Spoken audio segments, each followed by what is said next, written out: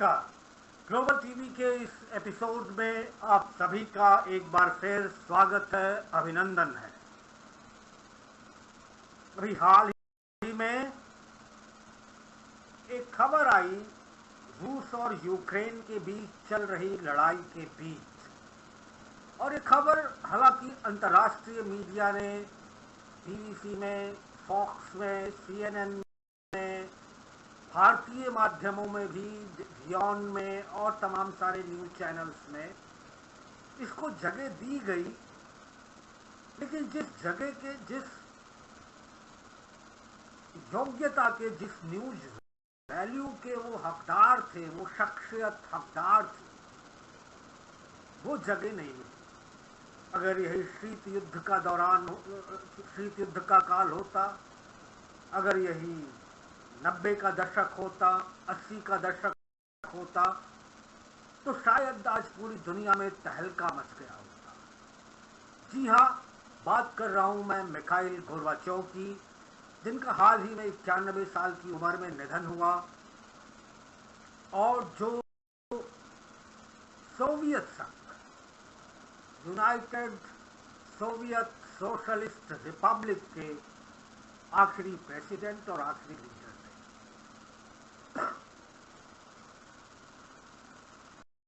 कहते हैं कि शीत युद्ध जो काफी लंबा चला, 1950 के आसपास से शुरू होकर 1990 तक, तकरीबन 40 साल ये शीत युद्ध चला। इस शीत युद्ध या कोल्ड वार को खत्म करने में मिखाइल गोर्बाचोव जी का बहुत ही बड़ा योगदान था। रोनाल्ड रीगन के साथ उनकी दोस्ती थी, उस समय भी जब तमाम सारे घटनाएं दुनिया में हो रही थी, और इसके लिए उन्हें शांति पुरस्कार से भी नवाजा गया था, नोबेल शांति पुरस्कार से। तो आइए जानते हैं मिखाइल गोर्बाचोव कौन थे और रूस या सोवियत संघ की राजनीति में या दुनियाई राजनीति में उनकी क्या हैसियत। जी हाँ, मिखाइल गोर्बाचोव, जिनका जन्म 2 मार्च 1931 को हुआ था, रशियन और यूक्रेनियन मिलीजुली कल्चर वाली फैमिली में, वो रूसी या सोवियत संघ के एक सर्वमान्य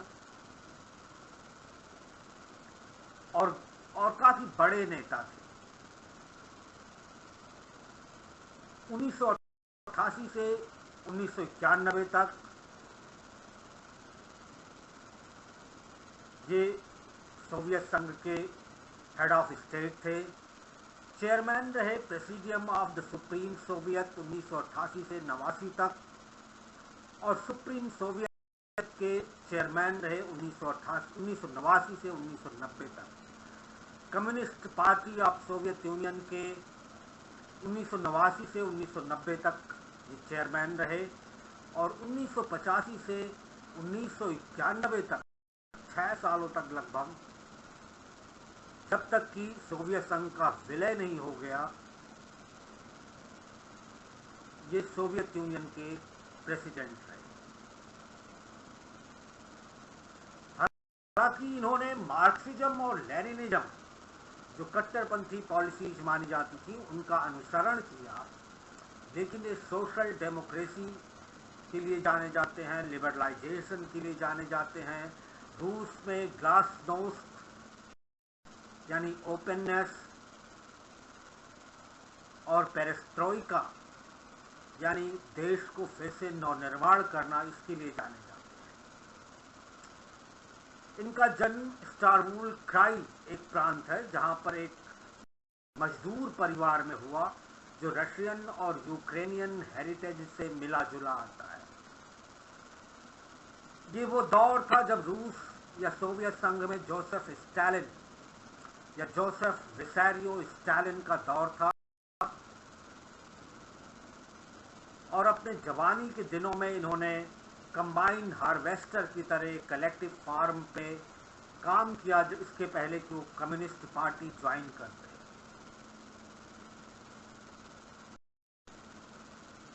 मॉस्को स्टेट यूनिवर्सिटी में इनकी पढ़ाई हुई, और इन्होंने 1953 में अपनी एक फेलो रशियन सहपाठी से, जिसे कहते हैं, जिसका नाम था राइसा टाइटेंको, उससे शादी कर ली, जहां से 1955 में इन्होंने लॉ की डिग्री हासिल की।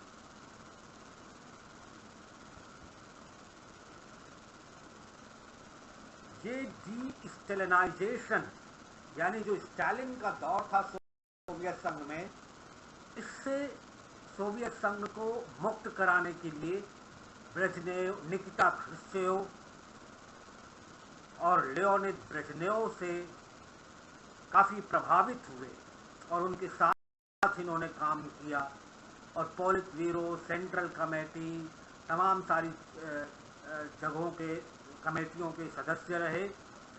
और जब लियोनिद ब्रेजनेव के बाद सोवियत संघ में यूरी आंद्रोपोव और कॉन्स्टेंटिन चेरेंको का कार्यकाल थोड़े दिनों के लिए आया, तो ये पोलिट ब्यूरो के जनरल सेक्रेटरी भी बने।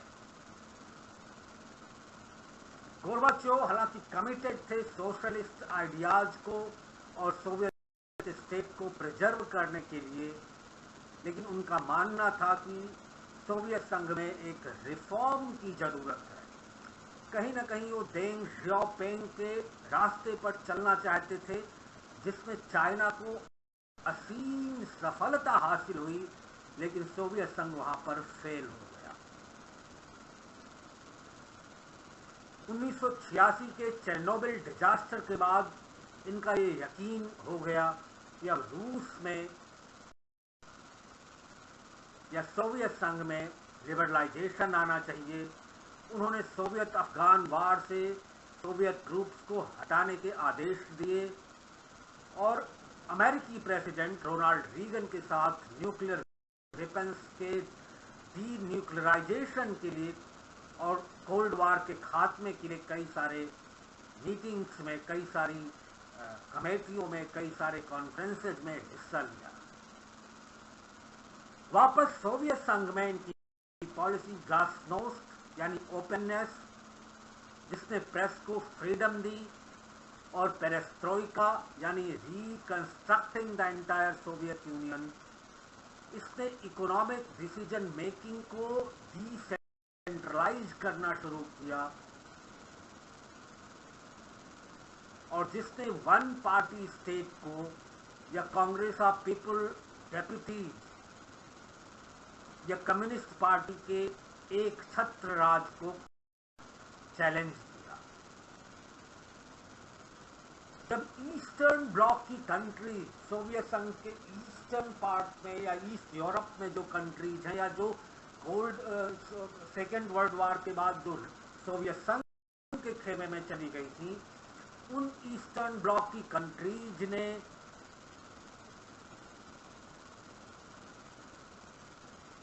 मार्क्सिस्ट और लेनिनिस्ट थ्योरीज को 89-90 में फॉलो करना चाहा, तो गोर्बाचेव ने उसको, या उससे छुटकारा पाना चाहा, तो गोर्बाचेव ने डिक्लाइन कर दिया, मना कर दिया मिलिट्री किसी तरह का एक्शन लेने के लिए। और यही एक वजह थी कि सोवियत संघ और ईस्टर्न ब्लॉक कंट्री ये लगभग दूर होते गए और फिर बाद में सोवियत संघ के विघटन का कारण बने।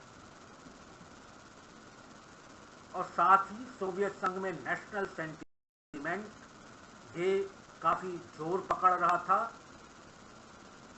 और जो मार्क्सिस्ट और लेनिनिस्ट हार्डलाइनर्स थे, उन्होंने अगस्त 1991 में गोर्बाचेव के खिलाफ एक